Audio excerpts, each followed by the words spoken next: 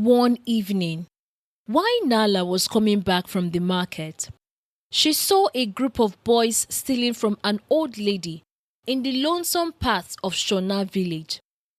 Nala was not one to stand back in the face of injustice. She threw away her basket full of groceries and rushed towards the boys.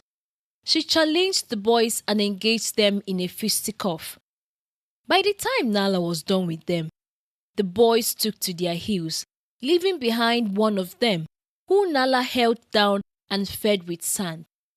As they ran, one of the boys stopped and looked back. He recognized Nala from the Shima village stream incident, where she beat up some boys who tried to molest the girl. At that point, he swore to team up with other boys and return for revenge.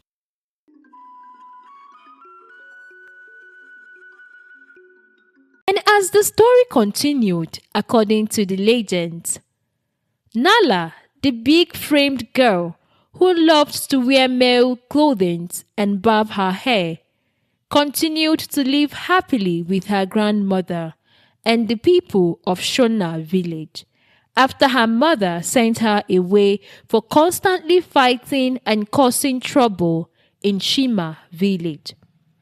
It did not take long for Nala to get used to her new environment and resume her fight against injustice. One evening, while Nala was coming back from the market, she accosted a group of boys stealing from an old lady in the lonesome parts of Shona village. Nala was not one to stand back in the face of injustice. She threw her basket full of groceries and rushed towards the scene. She challenged the boys and engaged them in a fisticuff.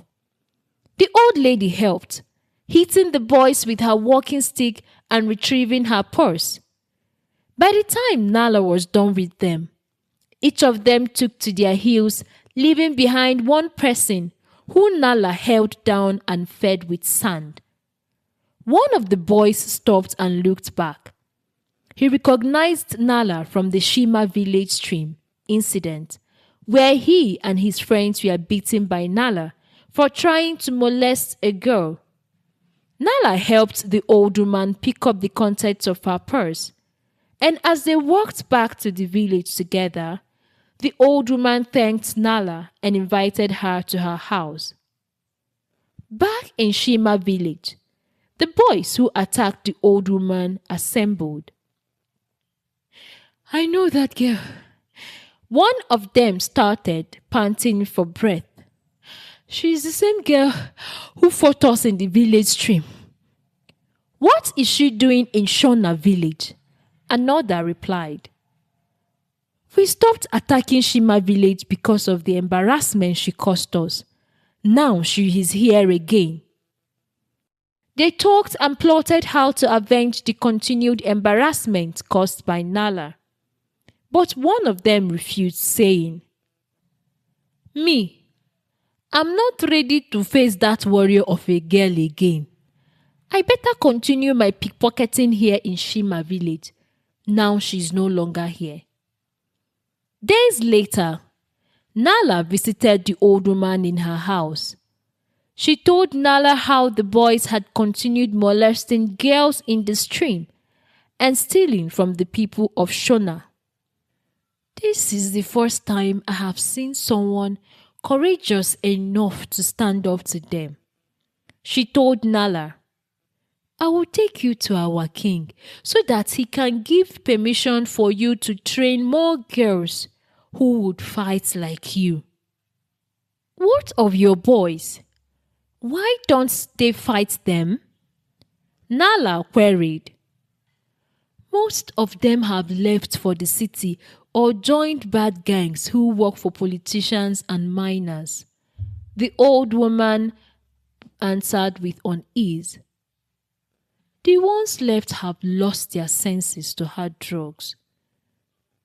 And so it happened that King Bajita of Shona village gave permission to Nala to recruit and train other girls who would protect the borders of Shona village from the frequent incursion of thieves from the neighboring Shima village.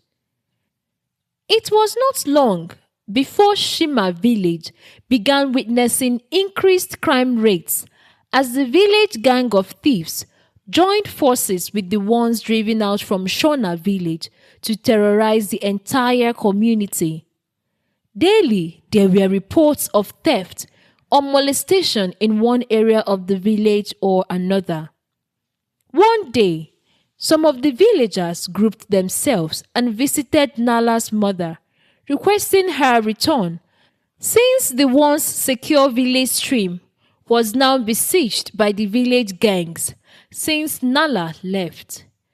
But her mother did not take them seriously since she had enjoyed more peace since Nala left. 4 months later, the mango trees in Shima village began to bloom again after prolonged scarcity. Nala's mother was overjoyed. She stood in front of the mango trees in front of her house one morning and they visioned making huge sales from the fruits. That same evening, after she had contacted buyers from neighboring villages in anticipation of harvesting the next day, she got home to see a group of boys plucking the last of the mango fruits remaining in her compound. She cried and cursed, throwing herself on the ground screaming, "If only my daughter Nala was here, you all would not have dared come near my house." After that incident, she remembered the words of her own mother when she sent Nala away to stay with her. And so, she kept finding a way to recall Nala from her grandmother's place. 4 months later, the king of Shima village summoned his elders and requested that they go to Shona village and request the help of the now popular king's female army to come and guard Shima village against the growing criminality.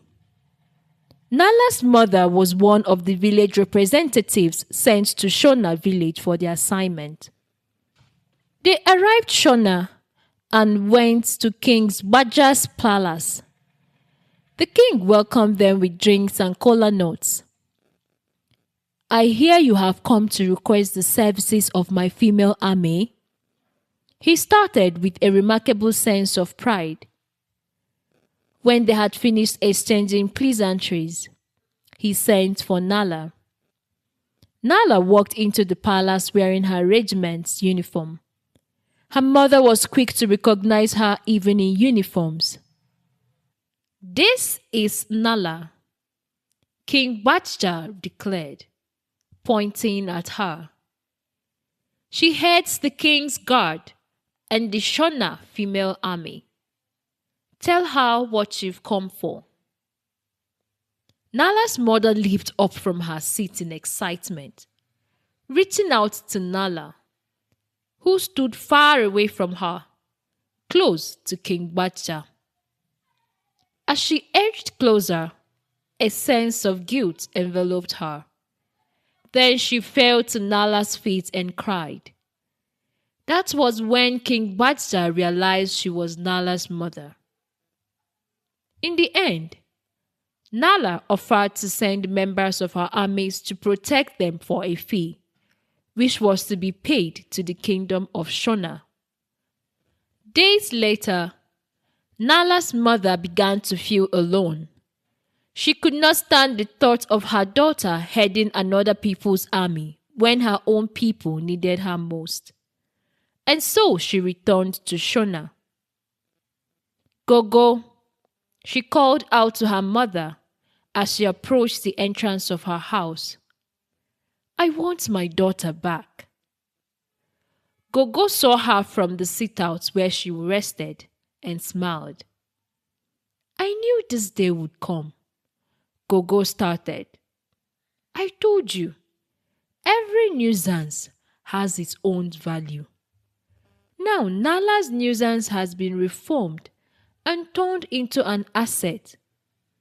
You won't fault her for choosing to stay back with the people who appreciated her and gave her a role of responsibility. Nala's mother stayed out till late in Gogo's house, pondering on the words of her mother. She faulted herself and the people of Shima for not recognizing the potential of Nala and putting it to good use. And as the story goes, Nala never returned to Shima village. She continued living with the Shona people, expanding their armies and leading them to numerous conquests. And with that, we come to the end of today's episode. Remember to subscribe to our YouTube channel so you can stay notified when our next story is available. Thank you for joining us and catch you soon.